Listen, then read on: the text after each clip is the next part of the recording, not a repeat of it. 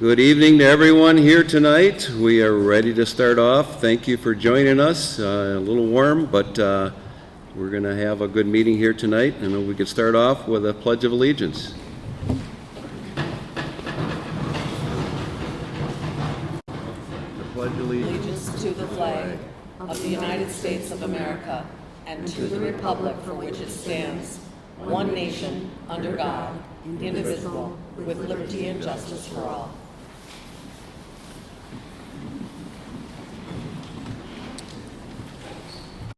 Okay, if we could start off with the Administrator's report on agenda posting and notification of the meeting to the media. Good evening. The agenda was posted at the Three Lakes School, the Sugar Camp Town, and Town of Sugar Camp, Town of Three Lakes via email, Town of Monaco via email, and the media notified included the Vilas County News, the Northwoods River News, WRJO News, WXPR Radio, and WACD WATK Radio. All right, thank you for that. Next item we have is amendments and approval of agenda. I know we have a couple amendments. Yes, I have two amendments that I'd like to make. On New Business 8C, I would like to change the name of the plan to say, consider approval of the Blue Jay Return Plan Fall 2021. And we added number 10, reconvene to open session to consider motions on matters taken up in executive session. Very good. With those amendments, I will seek a motion to approve today's agenda. So moved. Second. Okay, motion by Terry, second by Colette. Any other questions? Hearing none, all those in favor signify by stating aye. Aye. Aye. Opposed? None heard. Motion carried 5-0. Next item, we have approving minutes of the July 14th, 2021 special meeting, the July 21st, 2021 regular meeting, and August 9th, 2021 planning retreat.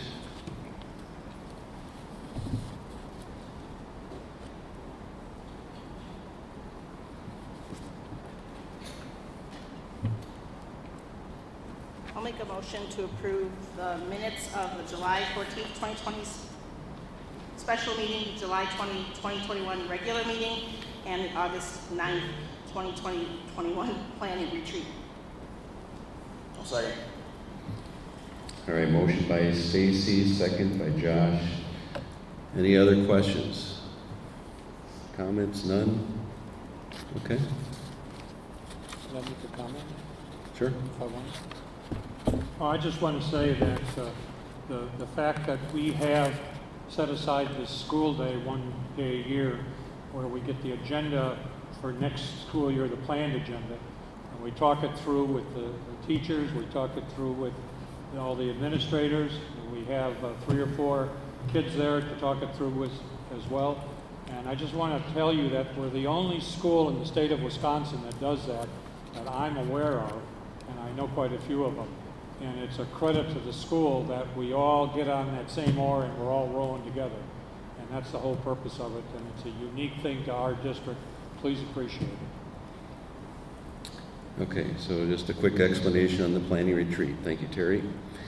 All right, are we all ready for a vote? All those in favor signify by stating aye. Aye. Aye. Opposed? None heard. Motion carried 5-0. Next, we have approving the voucher/check register for period of July 17th, 2021 through August 13th, 2021.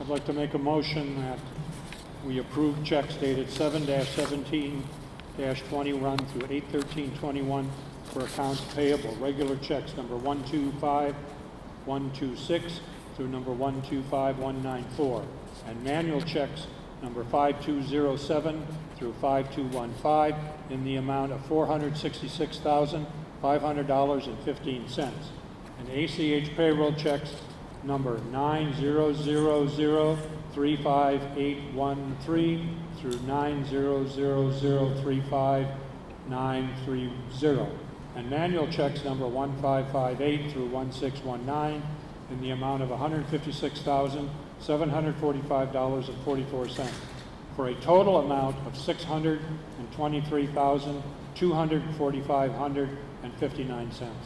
I second the motion.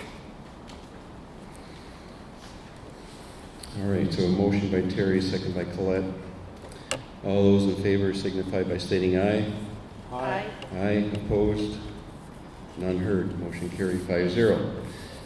Next, we are open for comments from our visitors on their agenda items. So the agenda items that we have tonight for the board, you are able to come to the microphone that we have right here and speak for 2 minutes. And we've got a number of larger items here, so if you need more than 2 minutes,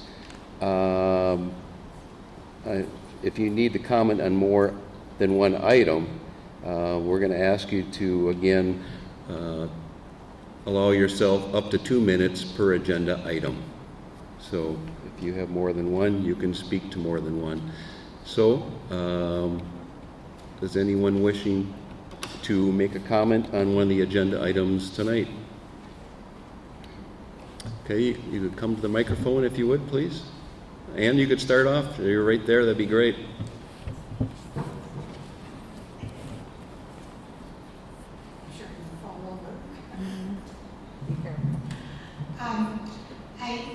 On the item that looking at the conceptual approval of those various activities for the Parcel on 8, I hope you give an explanation of what you mean by conceptual approval, because it seems like those concepts have been discussed pretty much since day one, so I'm not sure what conceptual approval means, particularly relative to other processes such as planning, uses, timelines, development, and then development, actual physical work.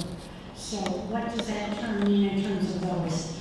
The other one relates to a reference from the goals retreat for school forests. It seems like there's been a redefinition of school forests to include all the land owned by the school rather than just the parcel on A. And I guess I'd like to know why that change has come about and what you see as the implications for making that change. Thank you.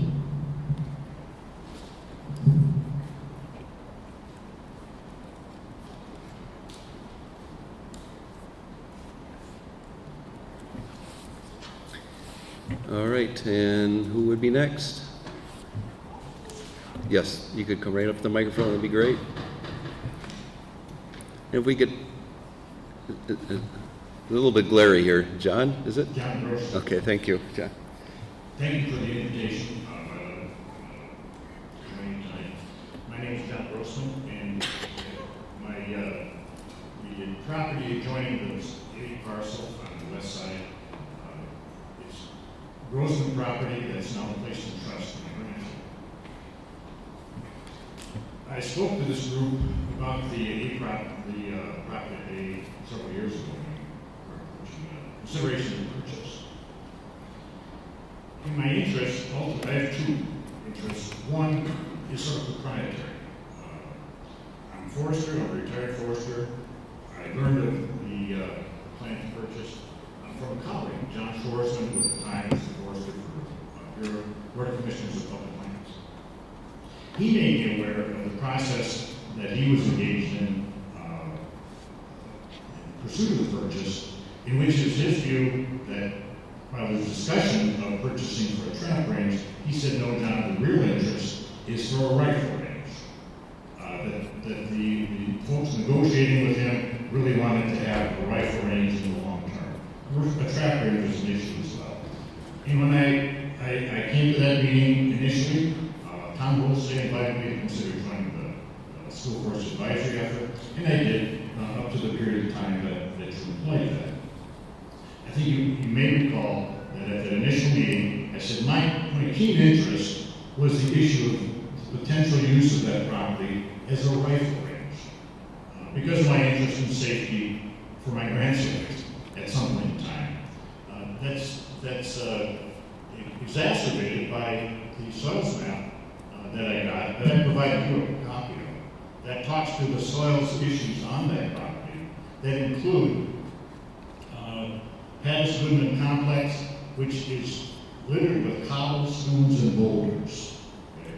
So I have a background as an instructor and range officer in the Army, and I have a concern about construction issues associated with developing that as a rifle range, as a safety issue. The land adjoining the road is also, they talk to the surface covered with cobblestones and boulders. And if you go look at the soil bank developed to roughly the parking lot, you'll see that that's an issue. Beyond that, I also provided you in the CD and I think in emails the surface water data viewer map of that same property. And you note, if you take a look at that, it's a DNR map. It talks to an area in the southeast corner that is, the soil type is very poorly drained, and it's the area in which you roughed in the parking lot. And Eddie Wick got terribly stuck there. He cited in the report afterward that the clay there is at least 8 feet deep, or 6 feet deep, excuse me, where he got stuck with his dozer and had to get drawn out. It's additionally the area that Superior Plumbing took time to do a perk test, and it doesn't perk, of course, when you do development, you'll have to do a mound system. The summary point I guess I have is that there's data available, and should have been at the time of purchase, as part of the consideration, is this a wise area to pursue? There are a variety of issues on it from an environmental standpoint that do represent learning opportunities. The reality is that there's learning going on as it has occurred over the last several years. The kids are watching. We're all watching the process underway to develop this property for learning on a wide front. Environmental education for all the kids in the school, the prospects of track range, which is a key, it's a wonderful interest to pursue. With that, I will also leave on the back table some brochures from the Merrill School for us, other Blue Jays, where they talk to a variety of things from the community that these folks do to support environmental education across the board. So I hope you consider some of those things. Thank you for your time. Thank you, John.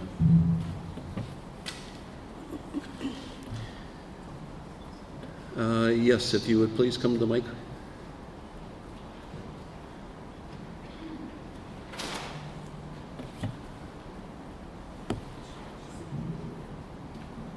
Hello, I'm Colette Mullerwine. I am a parent of an 8th grader and a 10th grader and a former substitute teacher in our district. I kind of got a heads up that the Blue Jay return plan, that masks were going to be optional. And I guess I have a couple of questions that I'm hoping get addressed tonight. And that would be, what would constitute the need for a change to that plan? You know, what percentage of students, what amount of classrooms, what would change that out view and where we would maybe make masks required and certainly encouraged, because I think that we need to be prepared for that possibility, and how quickly could that change be made or a meeting happen.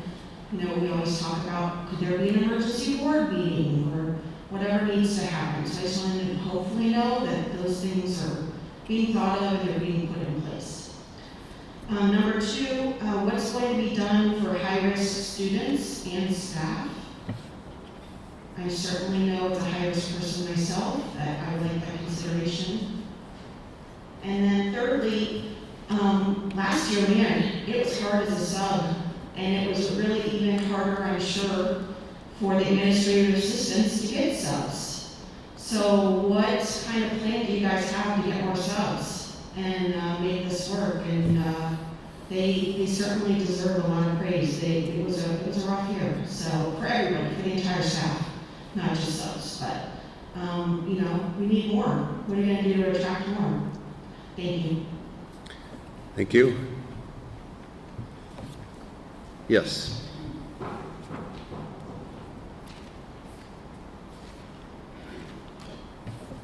Jeff Smith, live on Thunder Lake Road. Want to talk to new business E&F. So I'm late practices, so it's like 3.5 minutes. Conceptual approval. What I know about it, it's better described as a very vague conceptual. I've yet to hear anybody have a goal of what we're trying to accomplish or vision. I had a conversation with my neighbor, Jeff McDonald, who was on the forest committee just 2 weeks ago, also as an assistant coach with the trap team. He says we're talking about limited use, 3 lakes trap team, 2 days a week, 4 months a year, 3 o'clock in the afternoon, maybe dark. Doesn't sound like much, but you know, that's just south of 2,000 shots a day, 64,000 shots a season. It's not something I hope to say, hey, come bring this in the neighborhood. I'm there, you know, it's like I didn't move next to the airport, I'm already there. It's quiet where we live. I wouldn't vote in favor of it, but I wouldn't stand in its way. But if you're going to do it, I would certainly like to see it in writing that you'd be accountable for what you're going to do there. On the other hand, I've got a letter that was written by the former board president and also the administrator. I'm going to read a couple sentences out of here. This was a letter written in 2018 when they were getting ready to buy the property, written to the Board of Commissioners of Public Land. And he says, we want to acquire 40 acres for the purpose of establishing a trap range and outdoor facility. The shooting range will be state-of-the-art trap range suitable for major competition. The adults in our community will establish teams, and they hope to be able to host statewide competition at this site, which will bring many tourists to our area. Also goes on at one point to say they need to do it in 3 lake or in sugar camp because 3 lake prohibited by not only by their zoning but also by their noise ordinance, which was surprisingly passed just after you bought the property. And it also says it's not within earshot of residents of the coast line. Well, I'm a half mile away, and I got news for you. I certainly can hear it. Leo and I went and fired guns down there and listened from our home, and it's certainly something we can hear. It goes on to say that our administration, Board of Education, and the staff have been working for more than 5 years to find an appropriate site for the shooting range. That takes it back to 2013, so here it is 2021, you've owned it for 2 years, and it's still this vagueness that, what are you going to do? If in fact it's what he describes in the letter, I'm not on board at all as a neighbor. I don't want to listen to that. When you put a team down there, regional competition starts on Thursday, and they shoot through to Sunday. It involves maybe up to 100 teams. That's a lot of gunfire that you get to listen to as a neighbor. I wouldn't be on board with it. I would be opposed to it. I would certainly be donating money to the legal fund to try to stop it, delay it, or modify it. When you look at it, you know, I'm looking at pros and cons. Me personally, I can't think of a pro. I'd love to get down there and shoot, but I don't want anybody else shooting down there other than just the team. I can live with the team alone, but the cons are I get put up with all this noise. You're going to devalue my property. There's no 2 ways about it. I talked to Senator, and he's been around here for years selling real estate. He said, you know, people have to know what that is down there. When you tell them what they're doing, most people lie. My wife and I sit outside at 4 o'clock and have a cocktail. Tomorrow you would be firing for 2,000 rounds or a little bit less than that. That's a lot of gunfire. So I was in the military for 20 years. I know what a range sounds like. So noise, devaluing my property, and then potential pollution. If only your team fires, you're going to leave 7,200 pounds of lead out there, and that's just using 12 gauge with 1.8 ounces of lead. That's 42 million pellets laying out there it's not illegal to shoot, but when you put it on your property, you become part of the Clean Water Act, and it's your responsibility where that lead goes, and it will start to oxidize as it lays on the land, and it either goes into the water system, it goes into the plants, or it leaches down in the groundwater. I probably will never live long enough to see all that, but I'm done. You got some good points, Jeff, but can you wrap it up there? And I'm done. So I'm not opposed to it. I'm an outdoorsman. I've been on your property, Ross, longer than, I probably know better than anybody here. I love the outdoors, the little piece. I moved down to Three Lakes for peace and quiet sugar cane. Now Three Lakes is coming out to join me, and I don't know that you're a welcome neighbor, all the noise you're going to bring with you. who else would like to speak? Nancy?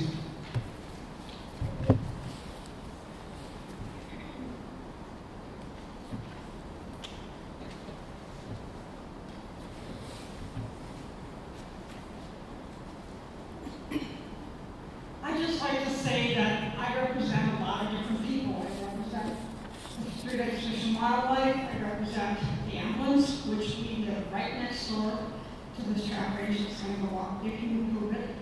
I also have many relatives here tonight that are hunters and have come this way. I also shot trap for many years with the family. And I have grandchildren that are in the trap team. This has been going on and going on and going on. Three Lakes Fish and Wildlife has contributed to funding of this and to the program that Al has put together. The kids, I also am a hunter safety instructor along with my husband. I would like you guys to make a decision on this one way or the other. I hope it is in favor of this. I know John's land is right up against the property, and we are up against the property also. A lot of the EMTs are hunters. Some of them couldn't be here. They are in favor of having it, and I hope that that is your decision. Thank you. Thank you. Anyone else? Yes, please.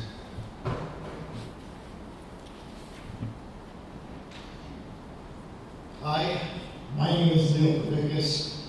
We live right next door to the school forest on County 8. A trap range built on the school forest would be too close to our home. We're the closest home there.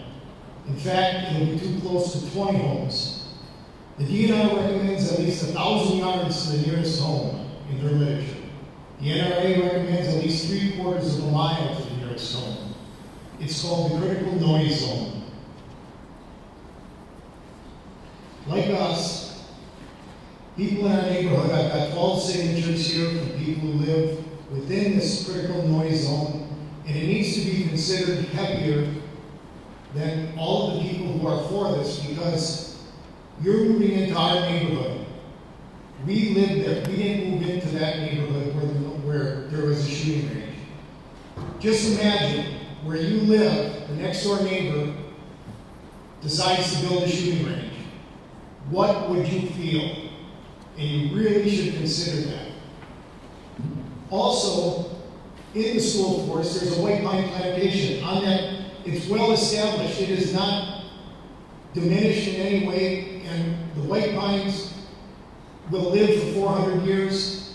This is better in the long run for the school district as an asset to have a white pine plantation.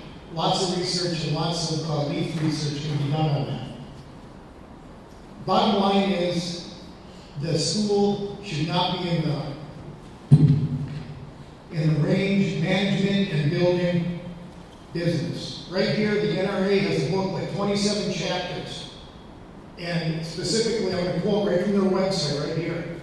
Simply to impose a standard plan onto a parcel of land without considering the site's individual conditions is to invite improper planning with unsatisfactory results. Therefore, it is recommended that an engineer experienced in range planning and design be consulted from the onset.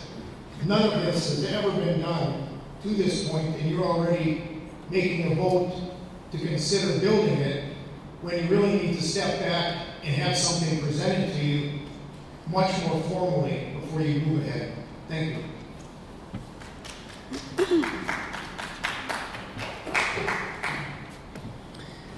Anyone else? Yes, please.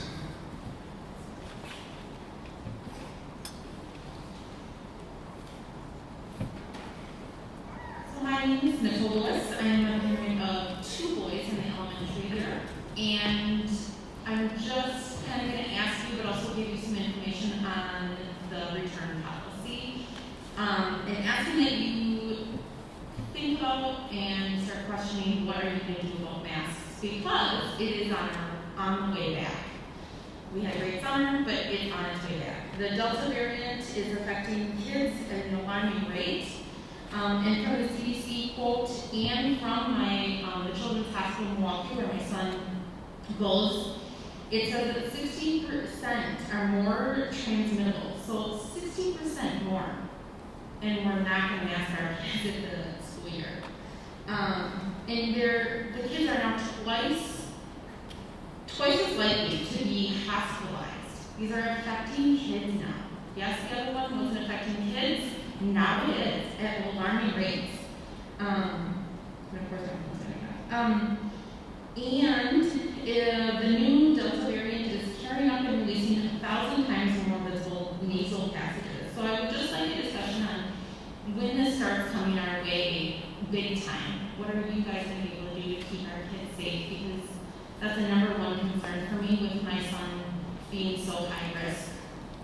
I can't think it's possible that one more time.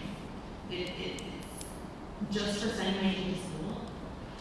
That's a pretty tough decision as a parent, and I hope you guys can consider as a parent of high-risk kids. And I know I'm not the only one. I've had many parents contact me, and it's really hard to stand not knowing.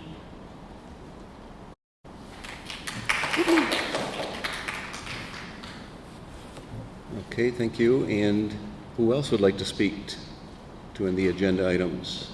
Mike, I'd like to read an email on behalf of Heidi Polcaster, who sent the board an email earlier today, and she was not able to attend, so I'm going to read her email. Hello, my name is Heidi Polcaster. My husband George and I have 2 kids currently enrolled in Three Lakes and 2 that have graduated from Three Lakes. Since we are unable to attend tonight's meeting, I wanted to send a couple thoughts about the track team and show our support for the development of the purchased land. For our family, like most, last school year was one of uncertainty and hard to navigate. In particular, one of our kids was struggling with anxiety about school. This was new and not normal for him. There was a point during the school year where we considered homeschooling only because of his growing anxiety.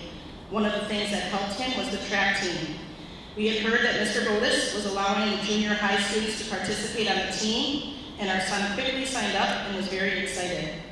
Having the track team to put his energy into and get excited about helped change the rest of his year. It provided an outlet for him and a focus that was separate from what was happening with COVID in school. Our students need these types of outlets and opportunities. Not every student is an athlete or has an interest in classic sports, so these clubs and teams are just as important as our athletics. I also would like to point out that Mr. Bodis and his team of coaches take the safety of our students and staff very seriously. I often would stay to watch practice, and I can tell you Mr. Bodis is there from setup to cleanup and runs a tight ship as far as safety and procedures. These are kids who have grown up in the Northwoods with hunting and guns. Most of them have their hunter safety and are not new to handling guns. For any landowners who have concerns, I encourage you to speak with Mr. Bodis about the safety procedures and maybe visit a practice next season. I believe wholeheartedly it will help you to feel more secure and reassured about safety. I think if we join forces, communicate, and work together to answer all questions and concerns, our students would thrive and we would have another wonderful program to draw people to our area and district. Thank you, Heidi Polcaster. Okay, thank you. Yes, please. My name is Jerry McDonald, and I live on Thunder Lake Road. For those of you out there that don't know me, my husband is mostly assistant coach, and my daughter, she's 17. So I just like to say, on behalf of being a landowner near the site, that we approve what is being done. And I kind of question why we were still at this point when it seemed like 3 years ago this was all already approved. And I guess my question would be, what happened to that approval? Or maybe it's my mistake that just the land purchase was approved.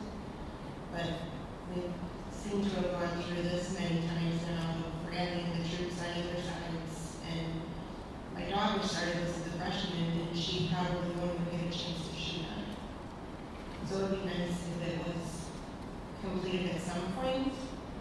so that the kids would enjoy it and be much closer to Benjamin Meadows.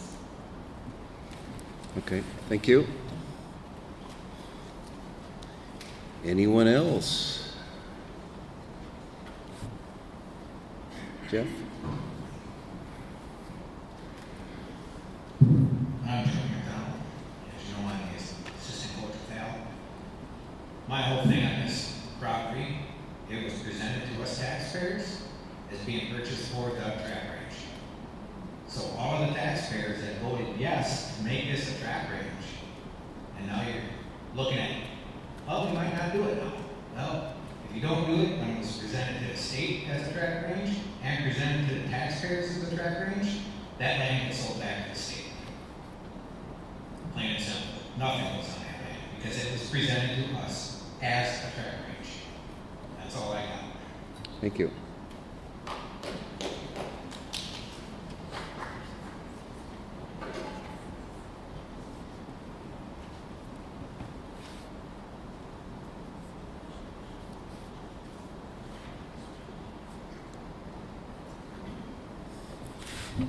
All right, anyone else? Charlie? From Charlie Holden, the activities director here. I'll just let everybody know that the track team is one of our largest participating clubs or sports that we have. If we look at a 7-12 basis, it's larger than the football program, it's larger than the baseball program, it's larger than maybe even our boys basketball program now, because anyone can do it. And not everybody's athletic, not everybody can shoot a gun, but it's open to everyone that can do that. So it's a well-participated sport here, and with some pretty nice successes. So for those students that may not participate in traditional athletics. Thank you. All right, thank you.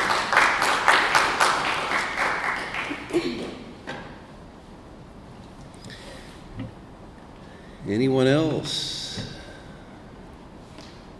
Yes, please.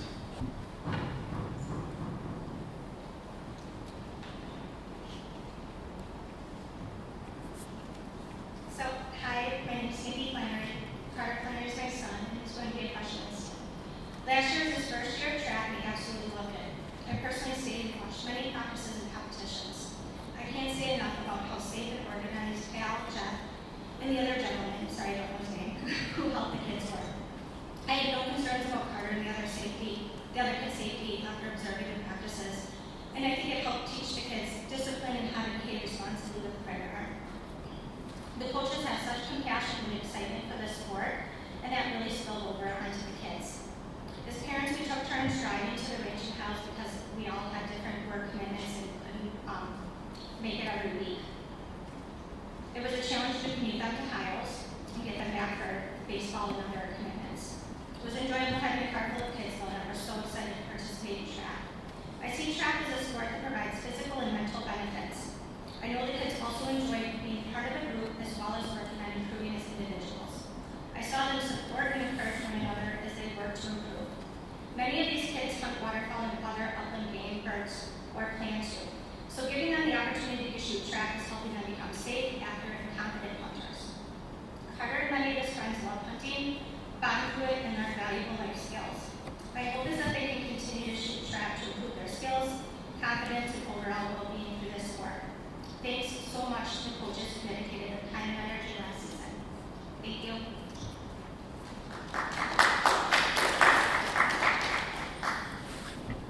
All right, thank you. And anyone else?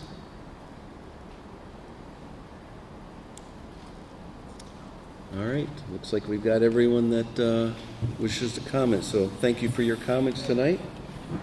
Hope you have one more. Oh, there is one more? Did I miss somebody? I'm sorry. I just got something about the Parcel and I had 2 girls that graduated. My son's in the program right now. He's a junior. But he's been in it since he's been in junior high. And just go and see the amount of kids that, as Chuck said, is one of the most participating sports that we have. And it's traveling 20 to 25 miles, some more than that to get to the range. And still to have that in goes a lot for the program. And as a parent having like a 15-year-old, after Al has gone through with Al and everything, to see the safety and stuff, it's a lot easier to let them go with their friends, because they're going to hunt with their friends, they're going to go with their friends.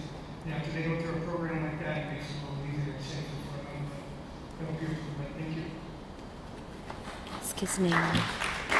Mike, we didn't get his name. Could you just repeat your name again? Your first name? Bowman. Awesome. Thank you.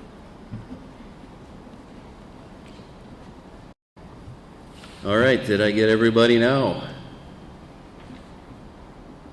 Okay, very good. Okay, moving on to number 8, new business. Let's start off with September meeting dates. Okay, our normal regular board meeting would be on the third Wednesday, which would make it September 15th.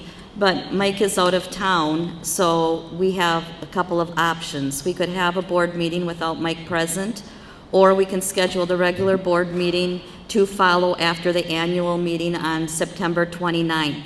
September 22nd is not an option, as I will be out of town at the Fall Superintendent's Conference. So I'm looking for the board's preference as to when we would schedule our regular meeting. The 29th works for me. 29th? What time does the annual meeting start? The annual meeting starts at 6, and this would follow immediately after. We've done that in the past where we kind of had one follow the other. So I don't think it'll work for me. I don't think it will work for me. Okay, so you wouldn't be able to make the annual meeting then either? No. I'm having some medical stuff done, medical procedure Okay. done in Annie on the 29th. Okay. All right. I can't imagine coming here from the hospital. Sure. Yep, understood. Okay. So what is the board's preference? Anyone willing to make a motion?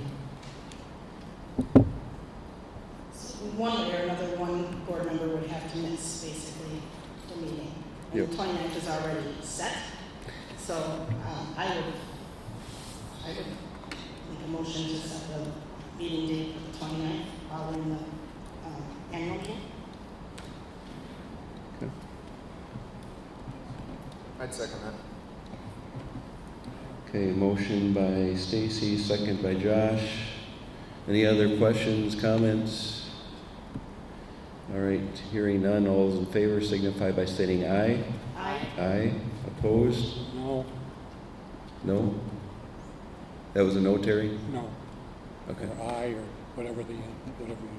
Okay, so 4-1. 4-1. Okay. All right. Wait, what, I didn't hear that. 4-1, no for Terry. All right, next we have consider approval of district goals, 2021 through 2022. Terry? The district goals, this is a draft that we put together after our board retreat meeting. We are in the last year of a 5-year plan, so a lot of this has been seen before. There's a few additions. I'm going to go through each one, hopefully rather quickly, because they have been around for a while, but I think we need some explanation. And I invite the administrative team members who are here and anyone else who may have been present to just let me know if I missed something, okay? Because just raise your hand. I think we've got it pretty well laid out, but it's a lot of notes that we took. Number 1, curriculum and instruction, increase academic offerings. We have under A, we combined 2 of the goals that were listed separately, and now it says continue to seek additional instructional options from our education and business partners for our students with school to work and online coursework to enhance their academic career plans. And what that entails is all the subcategories that would include your apprenticeships, your internships, other activities and partnerships that we have set up, and we're trying to really grow that. So students get this real-world experience before they leave our building, and sometimes it leads to their career choice paths. In the discussion, we decided it's really important that we develop a business directory. So that would be number I. We want to make sure that we have a directory of the businesses and partnerships already working with us that we can use as a go-to and continue to grow that. So that came out of number 1. Board members, do you have any questions on that? No, Okay. I'm good. Number 2. Now this one is really going to be a deep, in-depth dive for the administrative and teaching staff. It's something that's been talked about the 2 years that I've been here, but it looks like a lot, and it is, but the words are very simple. So number 1, establish a purpose for learning statement. That means we have to come together in our professional development and really get at what we're trying to reach when we're teaching our students, and that will shape our teaching and our learning. We've got a lot of philosophy and a lot of ideas, but that's step 1, because the second step, or letter B, is to identify our district content and grade level essential learning targets. You've probably heard in the news recently, there's a lot of discussion about curriculums and what you're teaching and what is out there. We have all of this. We continue to do the same as we've been doing, but we want to use some of the lessons we've learned, especially this past season of dealing with instruction during the times of COVID. There's no way you can get everything in all the time, but you need to know what is extremely essential, and the kids need to walk out the door having it mastered. So that's our task for professional development this year, really getting at what they need to know at a mastery level when they leave, not regurgitating the table of contents from the history book, what we really need to know. So as we work on that, and that's going to be a process, it's going to take more than this year, but starting this year and hopefully within the next 2 years, we will have it done district-wide. It's been done in pockets at our elementary levels, especially with our literacy focus. This is already done. It's what you've been seeing and what you're used to, but we want to grow this up into our 7-12 as well. So when someone says, what does Three Lakes teach in algebra? Well, here's the 8 essential targets that you know that every student will walk away, and it's an easy resource to get to for the public, and it really guides how we frame our instruction and our assessment. Questions on that? I'm good. Okay. Number 3, this remains from the original 5 years plan, the long-range plan. Ensure that relevant skills, collaboration, communication, creativity and imagination, critical thinking, problem solving, and authentic assessment are integrated throughout our curriculum. That is the general statement, and that is done. But in these discussions, we've determined you have to have some way of making sure it's done rather than you think that it's done. So our goal for this year is to create multiple methods of authentic assessment for students to demonstrate unique and diverse talents. A good example of this is a test should be something that's just as relevant as the learning. And I would venture to say that the deeper you get into the purpose of learning and what you really take away, you know, you shouldn't really be able to cheat on a test, because if you don't know it, you don't know it, and you go back and you learn it and you master it. We have some really great authentic assessments taking place, and we want to continue to develop more. We also want to recognize those talents that maybe aren't seen as an academic grade, such as the student who is a great debater or able to speak or shows deep leadership skills. We think it's really important in some of our work that we start bringing attention to those kind of not as often celebrated talents and uniquenesses, because this might lead to a future president of the United States. They've got skills that are beyond an A or a B or a C. So in shaping our learning, this is going to be part of our focus as well. That's great. Yeah. Okay. All right, and then number 4, we have changed it to create a birth to 5-year-old engagement strategy. This is beyond daycare. We are really looking at how we can connect with families right from birth, and I would say from pre-birth right through the year that they would come to 4K or 5-year-old kindergarten. So many times, it's important that if you make that connection right away, you feel part of the school family, the community family, and then the students will be here, and we want the students to be here. We want to open our doors more and do professional development, and I don't even think that's the right word. Teaching for our young families, for our parents, for caregivers, for grandparents. You might have questions about, well, is this normal for my 3-year-old to do this? We want to have more inviting family events where we have people come in, we start doing some professional, like I'm saying, development for teaching staff, but as well, community-led education, and identifying our students who might be in need of help either end of the spectrum. They're really very bright, and they're going to walk into 4K already reading and look at the rest of you like, why don't you know your colors? Or those students that we might see some delays and parents are saying, you know, they're just not quite where they're at. Can you help me? Everything is acceptable and normal when we're talking early childhood. Every child is where they are at, and that is okay. We're here to help bring that education forward. I've asked Mrs. Volk to put a real heavy focus on this starting this year to get ideas, to get this community engagement and development. And we would eventually like to see this becoming a program within the school where we are starting some earlier education for our youngest students. That is way down and won't happen necessarily in the next few months, but that's the vision, and I want to be real clear about where that is going. Questions on that? Mike, did you want to comment? Questions? This is definitely one that I guess I've been very excited about for a long time. There's a lot of opportunity to engage with parents at an early stage because so much of the development of the child happens within the first 3 years, and so it's an opportunity to be proactive. I guess while the child is really has some of their largest growing and learning skills that sometimes we miss at the school level when they first start off. As well, right now, 3 years old is about as early as we see them right now.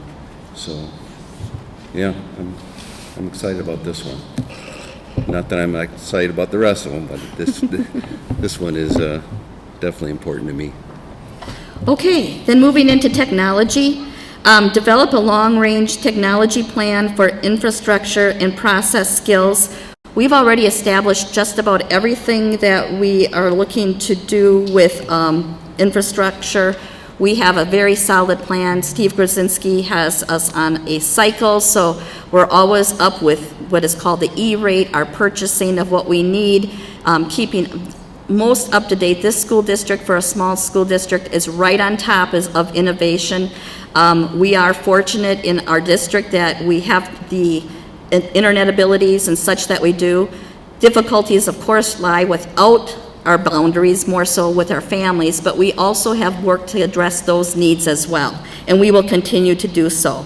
Going forward, we're going to keep working on a scope and sequence for the use of technology in relation to curriculum, including research and information skills. That's a remainder, but it shouldn't stand alone. This is going to be infused much more into our instructional professional development.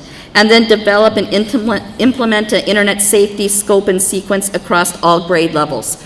Through our guidance teacher, Ms. Margatan, in other areas of instruction, formerly Mrs. Wellhofer, this has been done, but we just want to make sure that we're starting with discussions of safety on internet use right from our very littlest kids in the appropriate means. So we're looking at that closely this year. Number 2, explore and develop concepts that support the engineering and design process of the elementary level to enhance instructional outcomes. This remains, it's what we call ongoing, but we want to keep it at the forefront because of our kids' Fab Lab, their experiences, to be thinking about the problem-solving process, the engineering process, and continue to focus on working that as much as we can into our regular experiences. Right now, we're seeing it more in science, but we want to see it continue to grow. and I should give a chance to the board. Do you have questions on either of those first two items? No questions? No? Comment?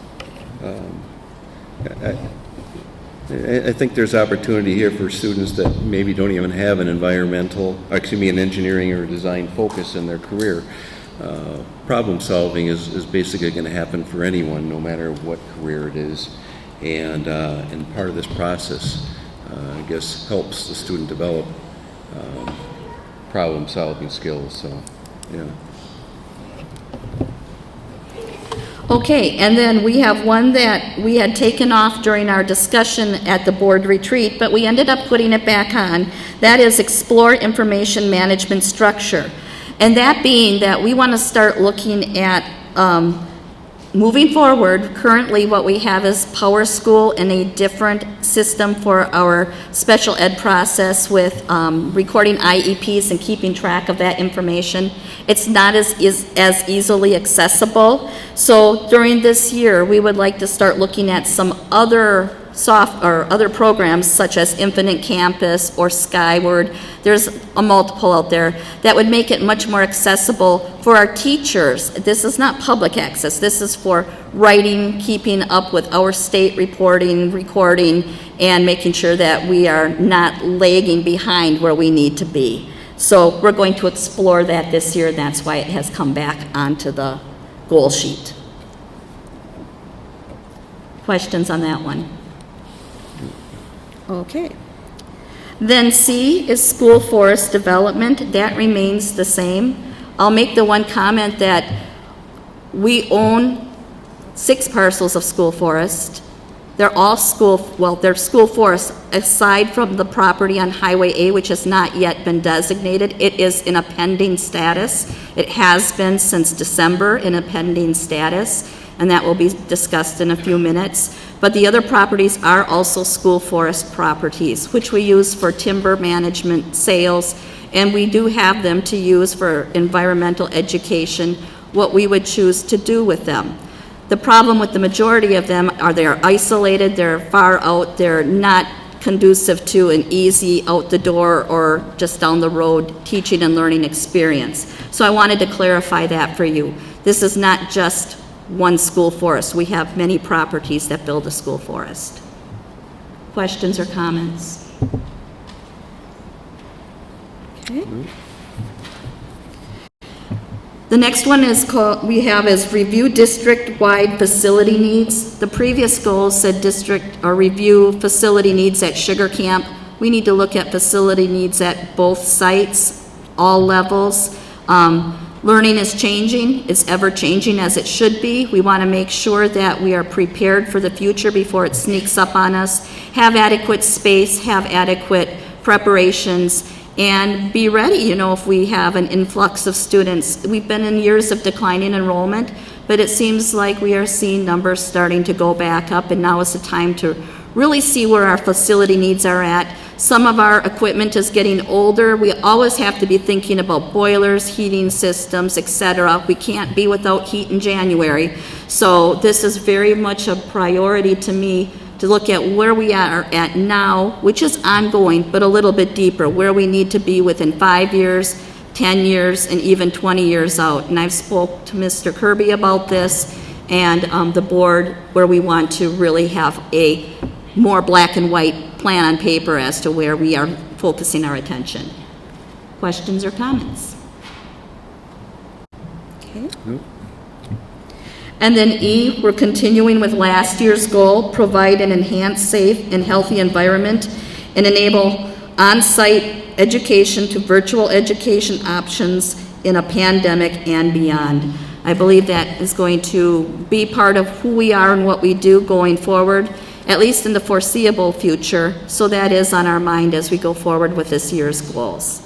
That wraps up the recap of these goals, and I would ask if the board members have any questions at this point. All good over here? All right. I'd like to make a motion that we approve the School District of Three Lakes Personal Education Lifetime Inspiration District Goals for 2021 to 2022 as discussed. I second the motion. Colette? Okay, so we have a motion to approve the district goals by Terry, seconded by Colette. And Terry, you've already asked questions, or asked if anybody had any questions, so we can go right on the vote. All those in favor signify by stating aye. Aye. Aye. Opposed? None heard. And thank you to all that provided input, not only to the 5-year plan that we started with in 2017, but for the annual goals that we put together. We had a great discussion, and was really happy on how we moved together, and we've got a focus here for this coming year, so that's excellent. Now, let's go to consider approval of the Blue Jay back to school plan. Let me just reread that. Consider approval of Blue Jay return plan for the fall 2021. Okay, and this is the first night that we're discussing it. I believe that the plan has been prepared with a lot of information and resources. We're going to read through it and discuss it. The board can discuss it and ask questions, and then go forward from there. Just to start off, I want to state the goal. As we begin a new year, our goal remains the same: to provide a safe and healthy environment for all Three Lakes School District students and staff. We believe the Three Lakes School District educational programming is at its best when students receive 5-day on-site learning. This year, the Three Lakes School District will continue to work with local health officials to monitor local health conditions. We will be flexible and responsive as we work to achieve a full year of on-site instructional programming. So that is the intro and the start of what we are doing. In preparation for this document that has been prepared, I would like you to know that I have met weekly with Oneida and Vilas County and the other superintendents. We meet every week and we discuss the situation in our counties. I also am part of the legal council from WASB, our council through WASB, Association of School Boards. Also seek legal counsel from WASDA, and we get a lot of information. I get a lot of information that keeps coming out from the attorneys that are working with the boards throughout the state of Wisconsin. So, it wasn't just Terry Maney's idea. I just want to make sure that you know that there's a lot of factors that come into this. Starting with safety precautions. Maintaining a safe and healthy school environment. Based on the recommendations of the CDC, WIAA, and local health officials, the following preventative measures are encouraged. Full vaccinations for those who are eligible, masking for individuals who are not fully vaccinated, appropriate hygiene practices, and physical distancing, which currently is a 3-foot recommendation. Again, these are recommendations. Vaccinations. While vaccination for those who are eligible is encouraged, the district recognizes that vaccination is an individual decision. The district might inquire about vaccination status when assessing an exposure situation. However, it is up to the individual whether he or she chooses to provide this information. Face coverings or masks. Face coverings and masks are optional and will be an individual decision. All staff and students will be supported regardless of their decision to wear or not wear masks or face coverings. Currently, a federal order requires the use of face coverings on public transportation, which includes school buses. Therefore, students and staff traveling on school buses, vans, and including for athletic events or other school-sponsored activities must use face coverings until the federal order is modified or rescinded. Reporting and communication. For the 2021-22, this district will discontinue the use of the COVID dashboard that was formerly posted. Parents will be contacted individually as situations warrant, such as in an exposure situation. Before I go forward, does the board have any question or need for clarification before we go into discussion? Not here. All right. Then I'm going to go into exposure, quarantine, and isolation guidelines. Fully vaccinated people with no COVID-like symptoms. They do not need to quarantine or test following an exposure. They should self-monitor for symptoms for 14 days after an exposure. If symptoms begin, the individual should contact a primary care provider. For fully vaccinated people who develop COVID-like symptoms, they should isolate after an exposure and contact their primary care provider. These individuals will need medical clearance with negative testing to return to school or athletics activities, or they will need to follow the established CDC quarantine guideline. And that states at this point at least 10 days since the symptoms first appear, at least 24 hours with no fever, without fever-reducing medication, and other COVID-19 symptoms are improving, such as loss or taste of smell. This may persist for weeks or months, but that should not delay the end of the quarantine. The next is for not fully vaccinated people who have close contact with an individual with COVID. They should immediately begin quarantine at home for 14 days from the last contact with the infected individual. Local health authorities will make final decisions on the length of the quarantine. Potential options to reduce a quarantine include, after 7 days, if asymptomatic and a negative test result, the test can take place at day 5 or later, or after day 10 if still asymptomatic. Over the entire 14-day period, everyone should monitor for symptoms, wear a mask, and maintain social distancing, avoiding crowds. And then for not fully vaccinated people who develop COVID-like symptoms or test positive, they should self-isolate and contact their primary care providers to discuss evaluation and testing. These individuals will need medical clearance with a negative testing to return to school or activity, or where they will need to follow the previous established 14-day protocol.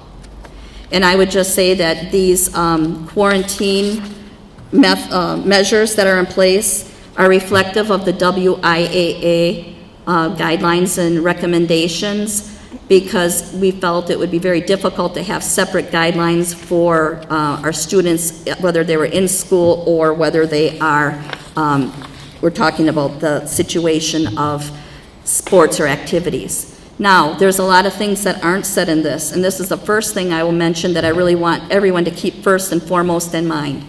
If your student is sick, they need to stay home. If they come to school sick or have a fever, they're going to be sent home.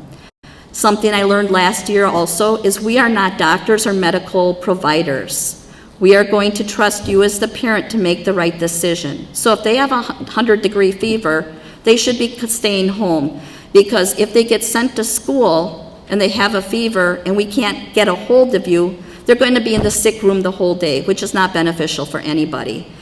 People have asked about attendance. I would just say we're living in a time where attendance is important, and we believe kids need to be in school, but not if they're sick. It's better to be gone a few days and make sure we're healthy and then come back strong than to have something, get worse or not be taken care of. So I would just put that out to you as my logical perspective. And I must say, and I want to say on record, our parents did an excellent job last year of managing symptoms, monitoring their students, and making sure that they were checked out by their healthcare professionals as necessary. This is the meat of the plan, and I'm going to turn it back over to Mike. You can start asking questions, or I can make some clarifications. Okay. All right. We start with questions. Colette? Are we trusting that people who are fully vaccinated or are exposed are doing this on their own, or does the school somehow know that they have been exposed? Do we know that they've been exposed?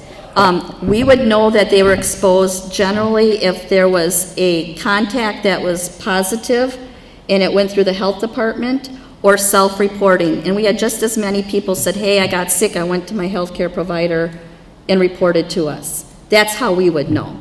Thank you. Mm-hmm. What's considered fever?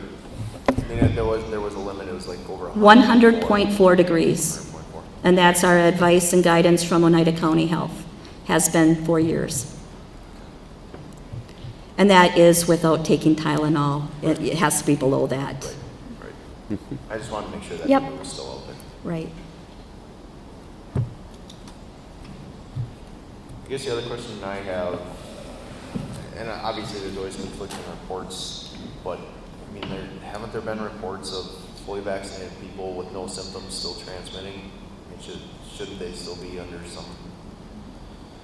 Shouldn't they, if they suspect they've been, or think that they might have it, that they should possibly get tested? Yes, and the plan says that even if they're fully vaccinated, but they're showing symptoms, fully vaccinated people who develop COVID-like symptoms should isolate and contact their primary care provider. What about those with no symptoms? I mean, even though they have no symptoms, they still could be transmitting them. I can't answer that other than to say that that is not a recommendation that I have at this time. Okay, nope, that's fine.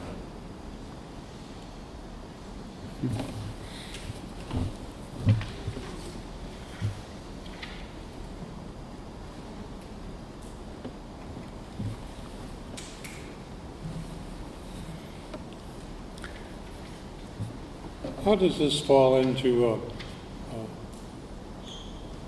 we get a number of cases, and you're going to basically make the decision as to what happens. But what's the thresholds for that happening? I mean, is it if 10 kids come down, or 4 teachers, or what's the limits on that? Terry asked what the limits or the thresholds would be. We've talked about this at length with our health officials and with other superintendents' districts. And it's not easy to make a one-cut number. Some districts are talking about a 5%. Well, 5% would be a lot of kids. We wouldn't have reached that last year at any point in time. If you go with a lower number, for instance, like a sugar camp, well, it could be a 1%. Well, if there's 100 kids, that's one kid. That if they're not isolated, would you shut down the whole school? What we found from last year, and I do want to share that a lot of this decision-making has been based on sharing our data, looking at what we learned last year and comparing it. We'll continue to compare it to what we see. Looking at a spike, if we see a classroom situation, or last year we had our junior high football situation where we knew there was exposure and there was a couple of positive cases, we made the decision that we had to quarantine that group of students because they were together. And those students, I don't know how many, if any, actually ended up coming down with the COVID virus, but they were already separated from each other and out of school. That's what we can control. I don't want to say we do it the same as an influenza, because an influenza would be 30%. Well, that's awfully high. This is a different type of situation.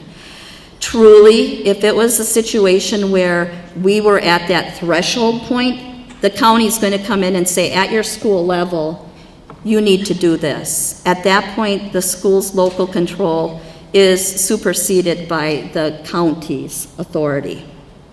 And I would rely on that. And I hope that everybody here knows that every one of us takes this very seriously. It is not about one side of the issue or the other. Where we're at is looking at trying to provide the safest education we can, having everybody in school on site. And I'll tell you, I've lost a lot of sleep over this. But there's also a lot to be said about the benefits for coming to school, living in an environment that we saw last year. Even when the mask mandate went down, we still had very good, knock on wood, and lots of blessings. We didn't see a high transmission. We didn't see any additional cases. We didn't see that happen. That means other things are in place. And I still go back to the most important thing we can do is keeping sick kids home. That is what we have to do, because it's not just at school where you're going to be exposed. It's in the family activities, it's in the community, it's other things that you do.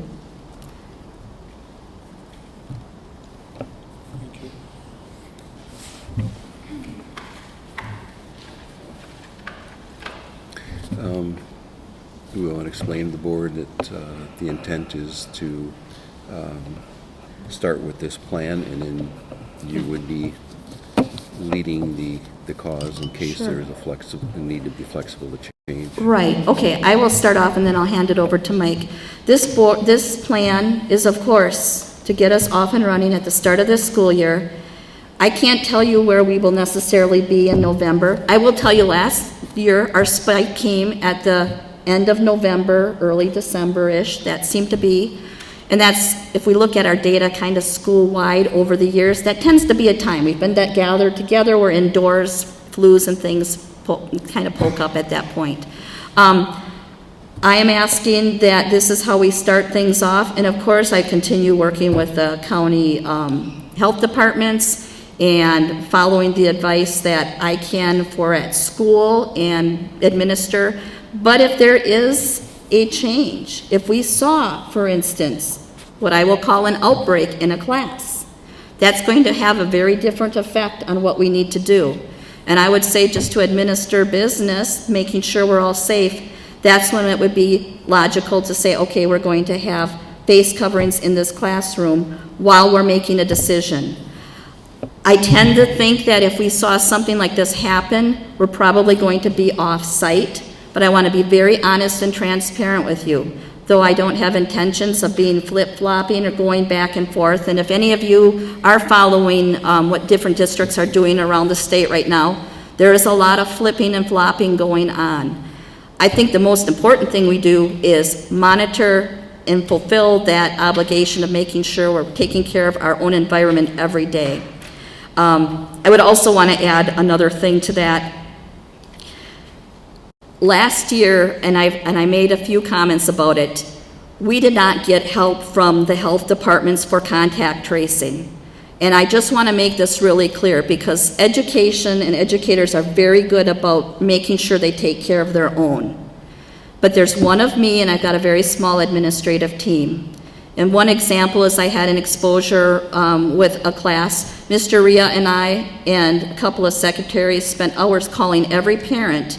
And we didn't do that once. We did that multiple times because there is not the manpower and the support at the counties. So I want you to be aware of that. We do the very best we can, and I will make sure everybody knows. And that's why we moved away from a dashboard rather than a counter or a tick, because what we were showing you were cases of people who maybe were out of school for the past 10 days, but they turned positive, so then they went onto that dashboard. But that does not mean they were positive within school. Again, data can be very good, or it can be misleading, and I want you to have the straight scoop right along.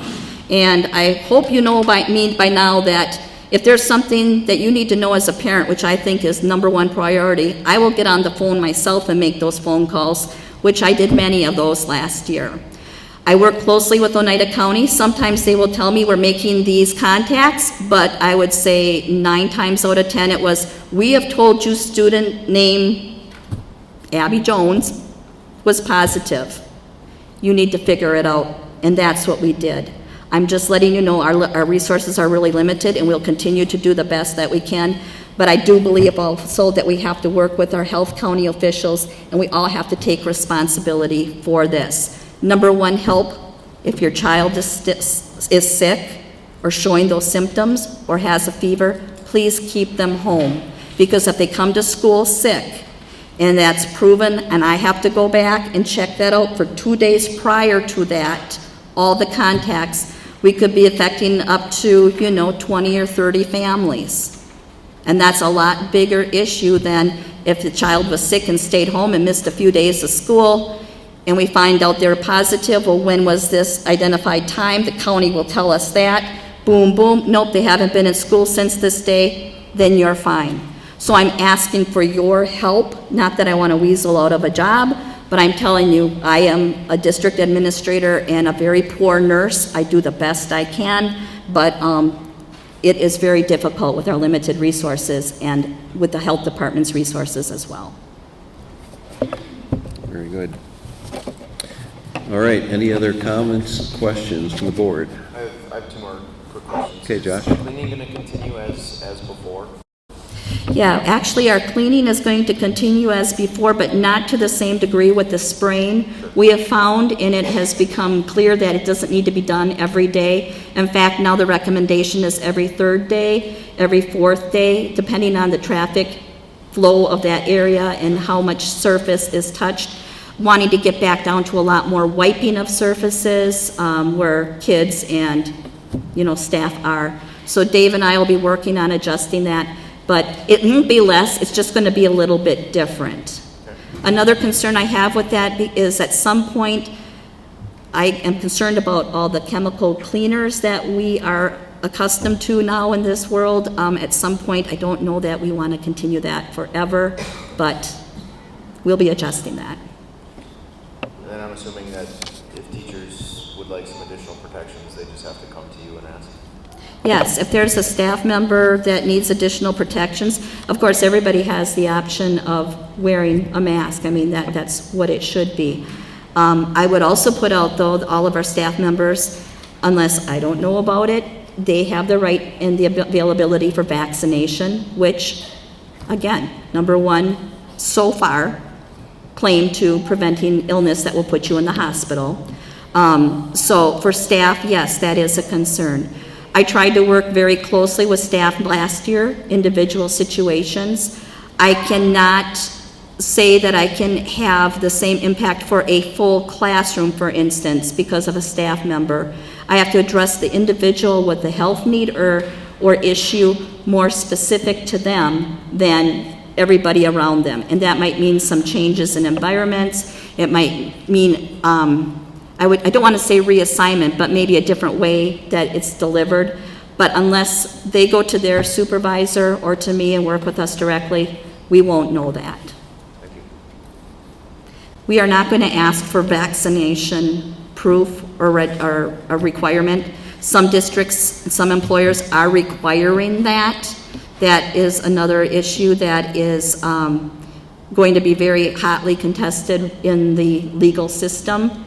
At this point, I would say the biggest concern I see for quarantine versus shots is if a student is exposed and they've had a vaccine and they don't have symptoms, they don't have to quarantine by WIAA. And that's a big difference in losing no time or 10 to 14 days. Terry.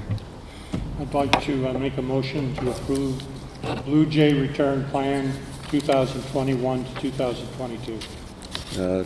Blue Jay return plan for the fall of 2021 is, that's what we've got on the agenda. Isn't that what he said? I think you said that.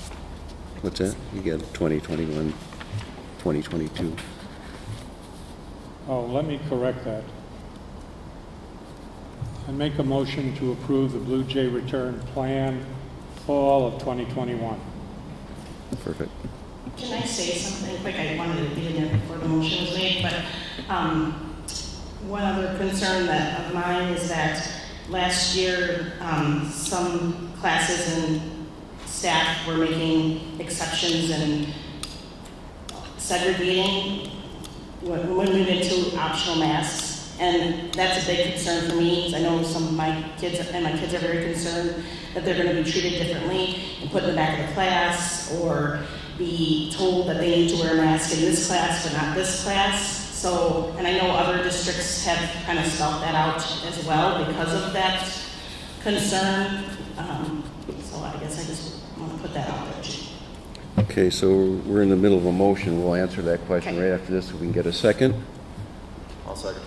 All right, so we have a motion by Terry, second by Josh. Now we can answer Stacy's question. Thank you. Again, I would say if we're talking, which I think I heard you say we're talking to staff members, Staff members have had the option of being vaccinated, and they will be able to wear a face covering or mask. In the plan here, underneath the very start of it, it says that it is up to what the individual, and we're going to treat each other. The student, all staff and students will be supported regardless of their decisions to wear or not wear masks. If a person has a health concern that warrants something different than what would apply to everybody else, that'll have to be addressed between myself and their supervisor. But again, I would say we have to look at it differently than it applies to all. We have to make accommodations taking into consideration all. Thank you. All right. Okay, any other questions, comments? The one comment I'll have is this is a plan to return. Okay, this is how we're going to start off. And we proved last year that Terry and her team, I think, did a great job in leading our district through, a lot of unknowns. And I think through their leadership and with all of our parents and students and staff together as a greater team, I think everyone proved that we can do in-person learning in a safe way. And we do have some new tools now that we didn't have then. So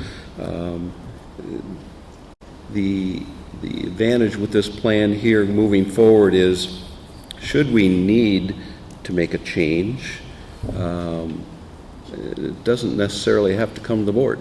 Terry can make that change with the decision and support of her staff, her team, and basically, if something needs to change quickly, they can do so.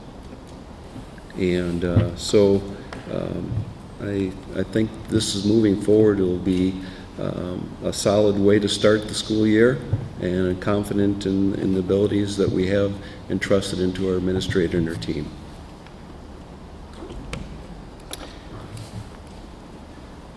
The other thing I just wanted to add is, and I don't want to get into the debate of the mask versus, the policy, because I know it's still a concern, and we're not taking it lightly at all here at all.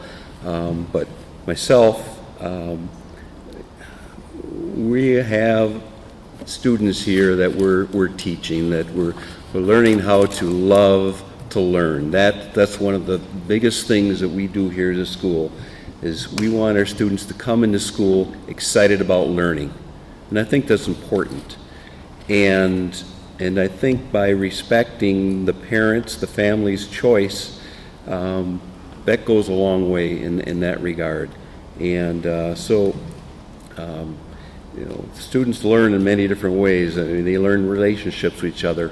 And sometimes with the mask, the facial covering, it's difficult for a student to really connect.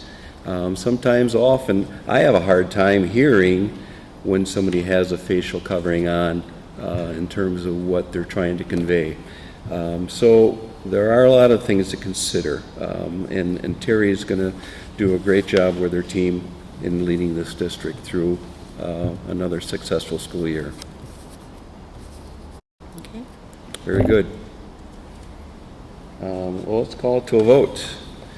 All those in favor of the motion signify by stating aye. Aye. Aye. Opposed? None heard. All right, very good. Next, we have consider approval of the fall sports plan for 2021 through 2022. Terry? All right, for the fall sports kickoff, each season the WIAA has made recommendations.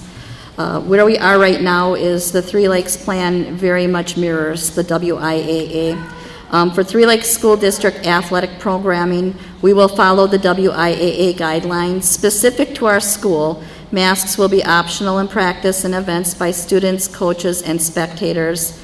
Masks are required per federal order on all public transportation, including school buses and vans.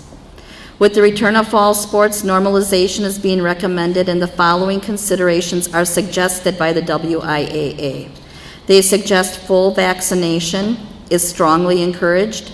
Masks are strongly encouraged for individuals that are not fully vaccinated, and schools should work with their local health.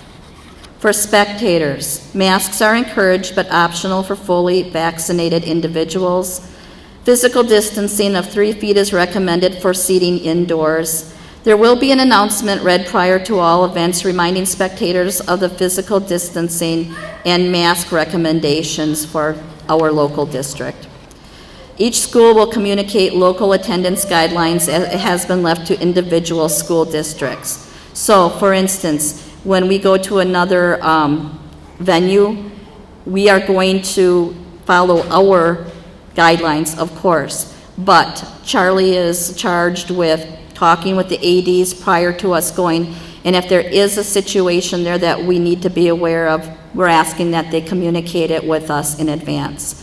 I met with Northern Lakes Conference administrators yesterday, and at this point, there's nothing that is an outlier from one district to the next. We all are very much following the same guidelines. Hygiene considerations: continue with appropriate hygiene measures. Do not share water or food with others. Avoid spitting. Use hand sanitizer before, after, and potentially during participation. Encourage social distancing, and coaches should emphasize that athletes avoid touching their face throughout practice and competition. Athlete reminders: personal items should be kept in a personal gym bag.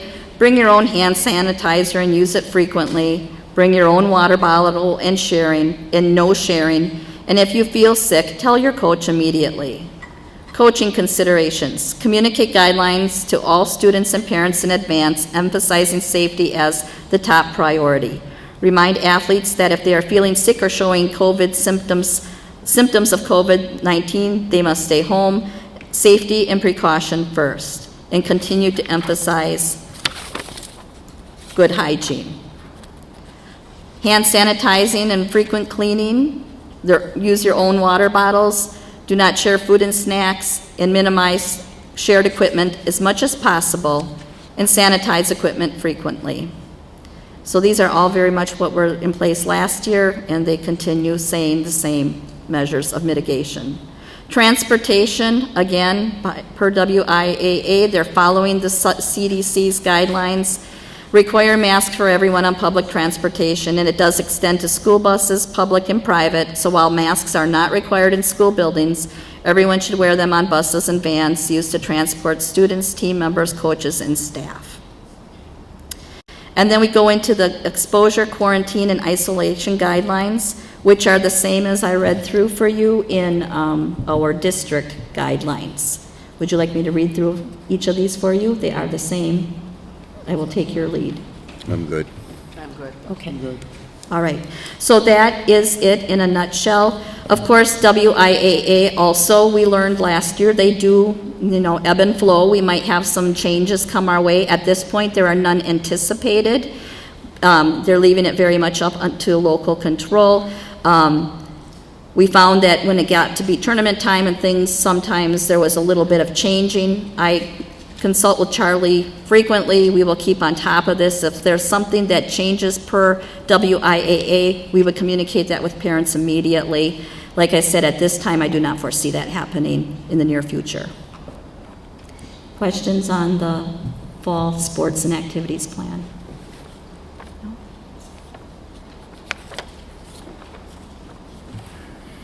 I'll make a motion to approve the 2021 Fall Sports and Activities Plan as presented. Second. All right. Any other questions, comments? Board members, none? All right. All those in favor signify by stating aye. Aye. Aye. Opposed? None heard. Motion passes 5-0. Very good. Next, we have to consider conceptual approval of the educational trap club and trail use of Highway 8 parcel. You want to start us off? Sure.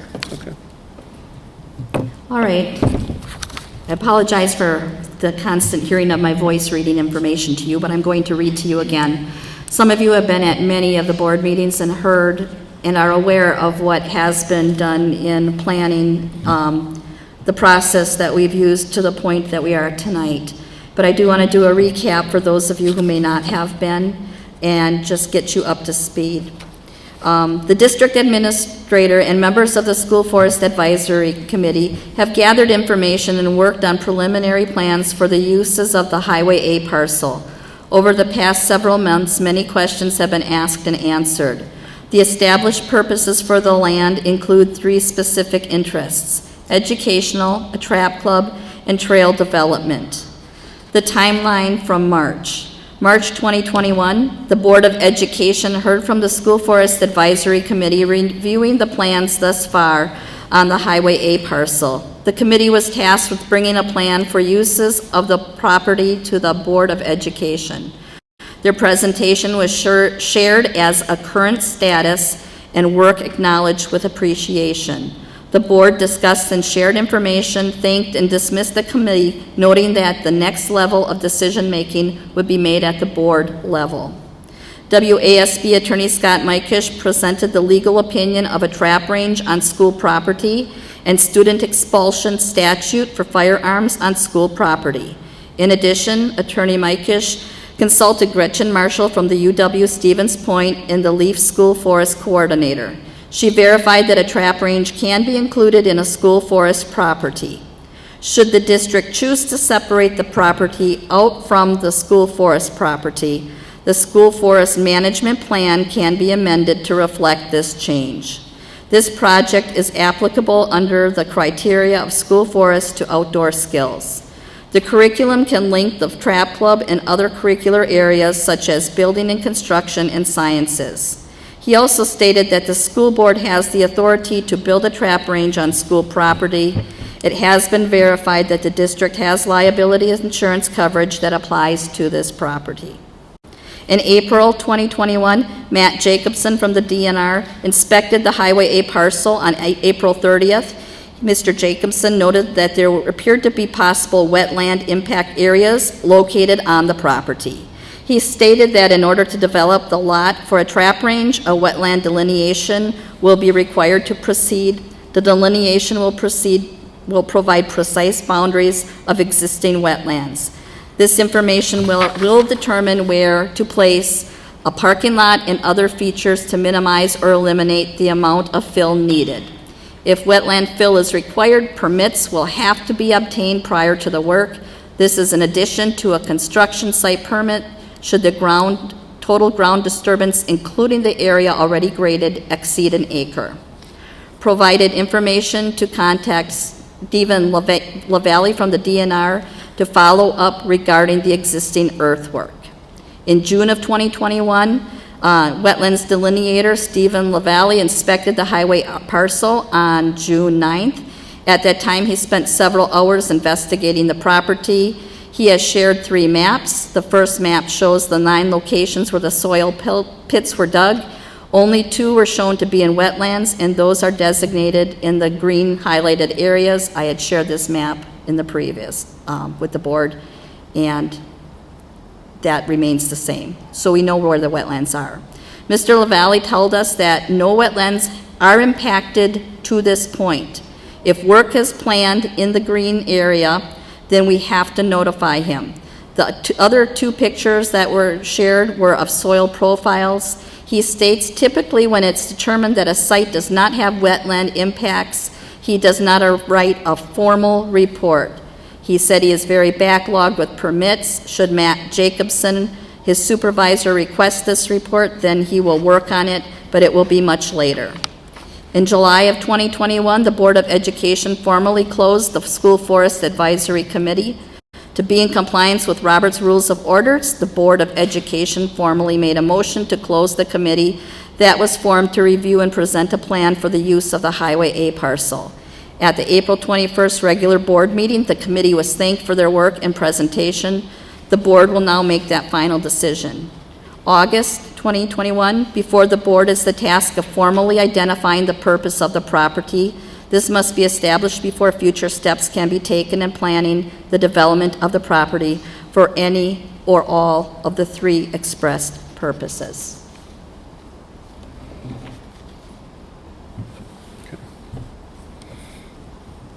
All right. Okay, so what we have in front of us, the way the motion, or I should say the way the agenda is wrote, is we're looking for conceptual approval of the three uses that the school advisory committee has proposed. They're the ones that had come up with these three different uses, and they came forward with their advisory during the March meeting, and the school board listened to their input, and at this point, it is up to the board to decide will we move forward with these three uses. If the board does so approve all three, or which ones they do approve, we now then have an idea on how to start formulating a plan moving forward.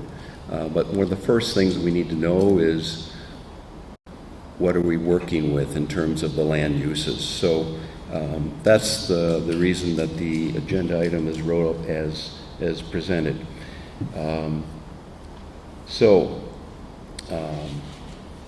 At this point here, does anybody have any questions on just basically making sure that I was clear on that? No, I'd like to go ahead and make a motion that we consider approving the conceptual use of Highway A school forest property for educational, trap club, and trail purposes. I'll second that. Okay, so we do have a motion and a second on the table. Any questions with anyone? Since I'm the newest, and I've been reading up on it,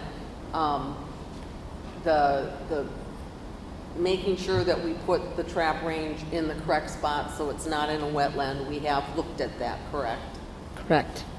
And what about mitigation after shooting? Is there any type of cleanup that we would be doing with the lead that would be out there from shooting? Yes, that would be part of a formal plan. How would we do lead reclamation? It's very specific. It's laid out by the DNR. I would rely on the experts to work with us to make sure we had that in place. I just want to also let you know that there are other trap ranges, and the reclamation process is not as often as you may think it is. It's not something that's done yearly from my research. I could be wrong, but I just want to make sure that people understand that while it's in the plan, when that would be scheduled would be determined by the factors created and outlined by the lead reclamation plan through the DNR and other area sources. So that would be the next step after. That's the next steps. That's why we have to have an approval so we can make some decisions. Thank you. Terry? If we go ahead and approve this, we're going to need a focal point or someone to focus on the school from the school board, or actually probably from Terry. And I was curious to ask you, Terry, how you might proceed with finding an individual or a group of individuals to focus on. I can't hear. The question was, I asked if we need somebody to pick up and take a focus on this for the board and for Terry, and I asked her for her comment about that and how she might go forward with having somebody identified to sort of lead the project. Are you okay with me mentioning Justin? Yep. Yes, I've thought a lot about this, and I try to be superwoman, but I cannot be the school forest contact alone and be able to do my job and do it effectively. There's other things that I feel the person needs to be really connected, and I think it might be actually a two-step answer. My first step is I have approached, and I don't want to say tasked because he has willingly accepted our new principal, Justin Zeus, who has a real love for environmental education, and he said, yes, I will be your point guy. It kind of makes sense to me because he's working with Charlie Volk with activities, and this pertains to our 712 kids, and he can help divide and conquer. Now, that doesn't mean it will be Justin forever. If we get through this process and see that this becomes a situation that we need a school force coordinator, like some districts have, then that would be a position that would come to you as a board for discussion, whether it be hours in a month, whether it be a part-time position. We would have to determine that further down the road. But right now, I do need help, and Mr. Zeus is going to be that contact person. Thank you. Provided you don't tell me no.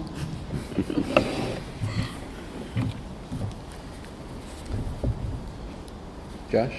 One question. So this, as far as the trap club is concerned, as far as this is not a rifle range. This is strictly trap. There's a particular time of year, and this is not going to be something that is open to the public. Correct? Correct. The letter that was referred to was something I saw well after taking this position, and I do want to say that where it might seem like it's been a long time, actually a lot of work was put into finding answers, and then COVID came, and then we couldn't meet for a long period of time, and as soon as the committee was able to get back together, we got those answers. We got the legal finding advice. We've got those answers that we needed. To your question, yes, in that original letter, it does say a gun rifle range. We have determined through our committee meetings, and I would share with the board here, that is not the purpose of this land. The purposes that have been, really delineated are for shooting trap for our school team, developing some trails for community use at some point because there's some grant writing that we would like to do so you can get around the property, and then, of course, environmental education, or all education, but with an environmental focus. And I would say I'd like that educational focus to go all the way down to our littlest learners, because I think you get 3- and 4-year-olds engaged in the forest. You're providing them with other skills that they need to become better students and citizens. So I would say my perspective is this will not be a rifle range. If you have walked the property, there are boulders and bumps and lumps and knolls that I would suspect have big rocks and boulders under them. I stopped out there yesterday. I tried to walk just across where the area has been cleared. It's really rough territory. At this point, you just can get in and walk very carefully because you're going to fall. It's very rough terrain, but it would not be for a rifle range. I am not looking at school law or policy to make it a rifle range. We have not talked to our students about it being a rifle range. It is for our trap team. And I'd like to add that I've been in the board since the inception of our Desire some 10 years ago, and I don't ever recall referring to this a rifle range in any of the communication or conversations that we've had. Now, I may have been in a meeting I missed or something, but I don't recall that.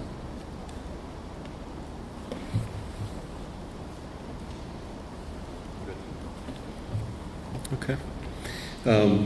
Couple of questions myself moving forward. Two of them. One, there are some options I'd like to explore moving forward, after we vote here. Should we go and improve this here, in terms of what options we have with the trap club use in terms of lead and such in the shot. And we're not going to discuss that tonight, but I think it would be a good topic just to see if there is any options moving forward. It probably would be a difficult thing, I would assume, if we're looking to try to change how other trap clubs and such, you know, what type of ammunition they use, but as a long-term look, is there an option of using something other than just the lead shot?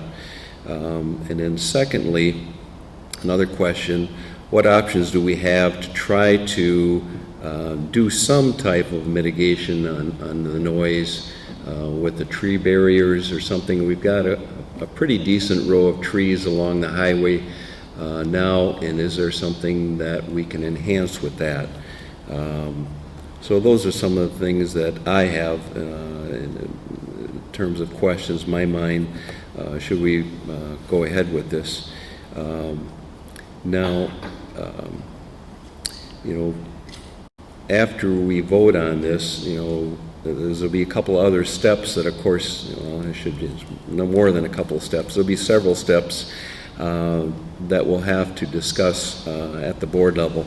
And one of the options is looking at, you know, yeah, we're going to need some kind of a point person to help move this forward within the school, but I think it would also be a good idea to get some type of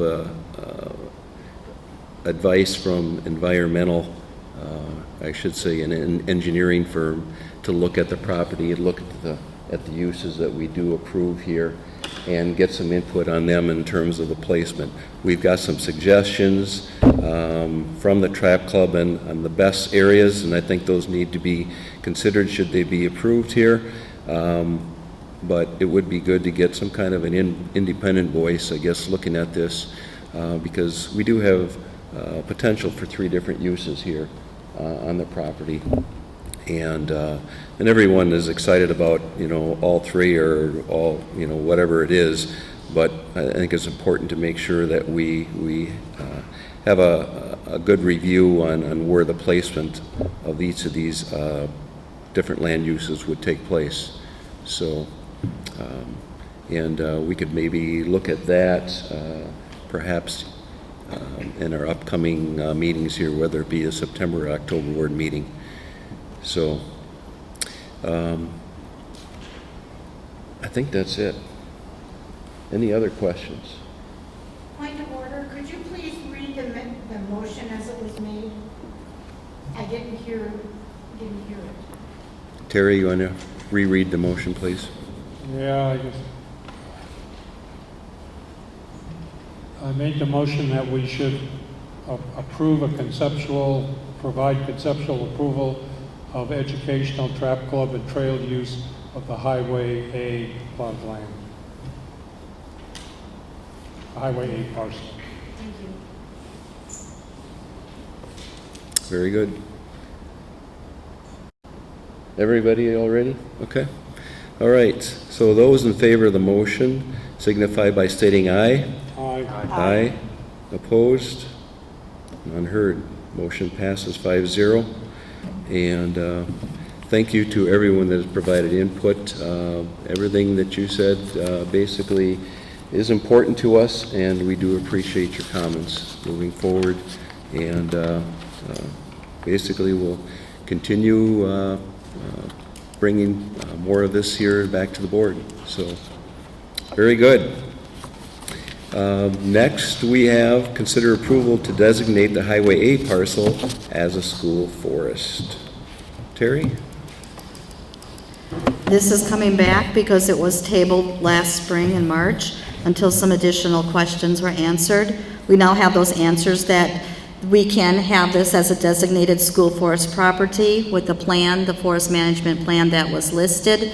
In addition, we know now that we can have a trap range within this property should we at some point determine that we want to segregate it out from the school forest property. We would have to do some work and amendments, but that would remain open. At this point, I think we look at it as one universal piece of property that would meet the needs of these 3 areas that have been identified. Okay. All right. Anybody have any motions to move this forward? I'll make a motion to approve the Highway 8 parcel as part of the Three Lakes School District School Forest properties. Second. Okay, we have a motion by Stacy, second by Terry. Any other further questions? Well, this might be one of the last times we call it the Highway 8 parcel too, huh? Correct. One of the things we'll be looking to actually put a name to it this year in the near future, so. But the motion stands as read, and all those in favor signify by stating aye. Aye. Aye. Opposed? None heard. Motion passes 5-0. Next, we go to seclusion and restraint report. This is a yearly report. Mrs. Volk, would you like to share it? Your first time at the mic?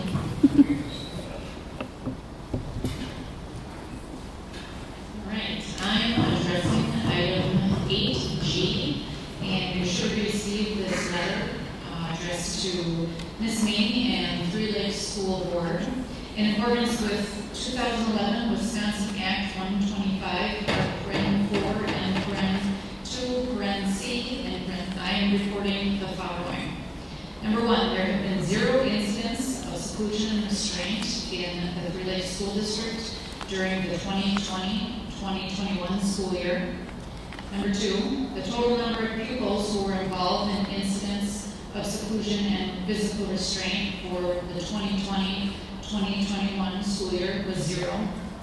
And number three, the number of students with disabilities who were involved in incidents of seclusion and physical restraint for the 2020-2021 school year was 0. Thank you. Thank you. All right.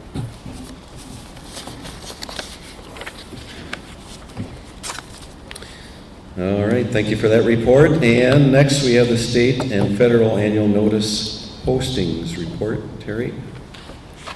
I just wanted to bring your awareness to this. In the next few days, we will be getting all of the annual notices that need to be posted up on our website. We work this every year. Jen West is working with Carrie Eisen and myself, and that will be posted. Other information that comes in handbooks and stuff are already there for our students and parents to see, but there is a list of postings that we do each and every year and make sure that that's available to our public. And of course, they can always check with the office if they want to know specifically what they are, but like I said, they will be on the website. Very good. Okay, thank you for that. And let's go to the personnel report. That's a big one.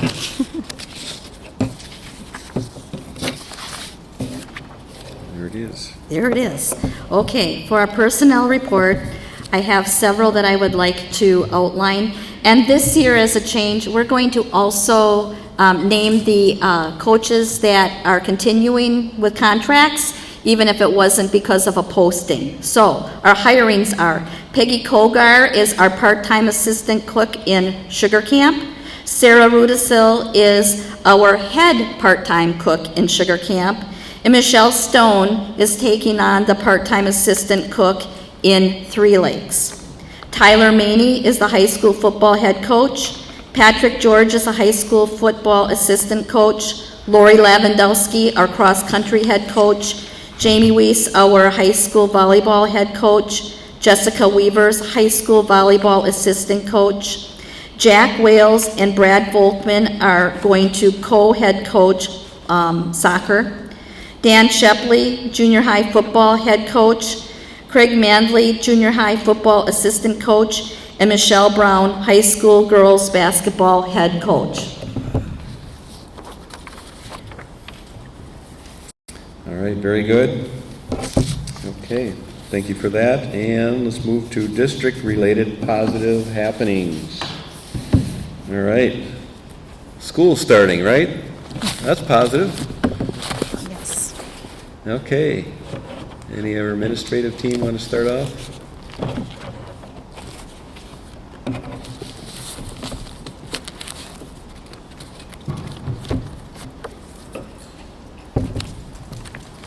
Just wanted to let you know, and maybe saw some of the information on the website and some of the flyer flyers that were sent out. We did start our first child find in August, so the first week of August. We did 2 different sessions, one here in Three Lakes and one at Sugar Camp. And so far we screened 3 children, and we have our next screening at the beginning of September. 2 different days, one here in Three Lakes and one in Sugar Camp. So Excellent. we more kids as the word gets spread and, word gets out there. So it's exciting for us. Yeah. Might Thank I you. ask the ages of the 3? We had 1 3-year-old and then we had 2 4-year-olds. Thank you. Great.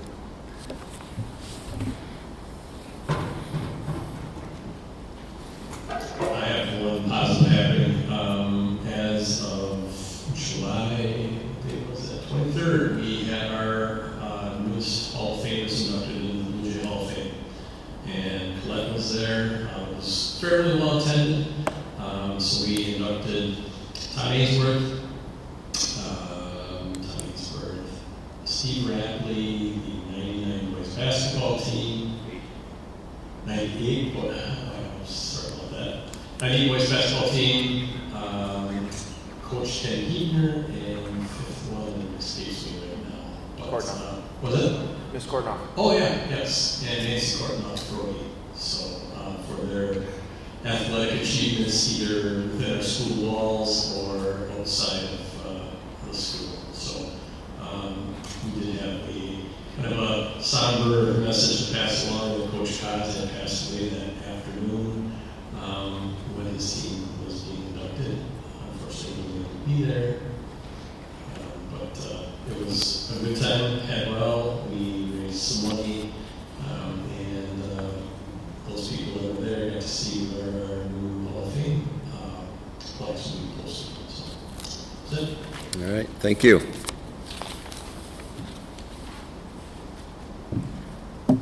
Okay. You got one? I have one.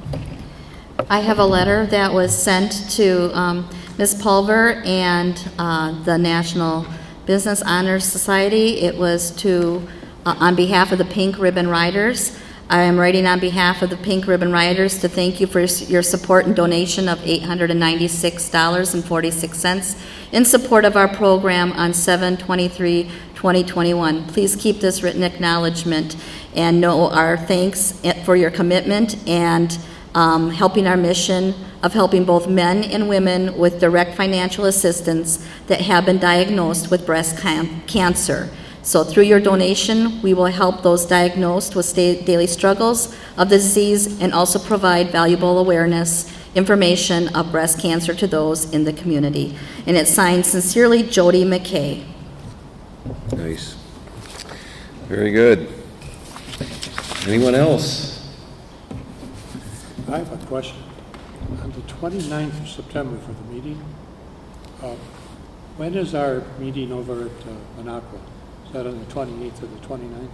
It's the 28th, I believe. It's the 28th, so there's not a conflict? No. All right. With that, we'll move on to correspondence. You talk announcement on the meeting? Yeah, I have just included in your packet that for the regional meeting in Minocqua, Carrie is taking care of our registration. I believe we're already registered. And now I'm looking for our group. We are on September 28th at the Norwood Pines Supper Club. And she will send out even more specific instructions after she has everything in order. Carrie is was not here this afternoon. So, but this we've had for some while, so we plan on attending in person. If you cannot attend, please let Carrie know. Very good. All right, now we'll move to adjourn to executive session pursuant to Wisconsin State Statutes 19.85 1C to consider employment, promotion, compensation, or performance evaluation data of any public employee over which this governmental body has jurisdiction or exercises responsibility. A, to consider staffing levels, individual staff contracts, hiring of staff, and/or resignation/retirement of staff. I'll take a roll call vote on this after the motion. Make motion to adjourn to executive session. Second. Motion by Josh, second by Terry. Roll call vote. Josh? Aye. Stacy? Aye. Colette? Aye. Terry? Aye. Mike? Aye. Motion carried 5-0. And thank you all for joining us tonight, and look forward to seeing you next month. Okay.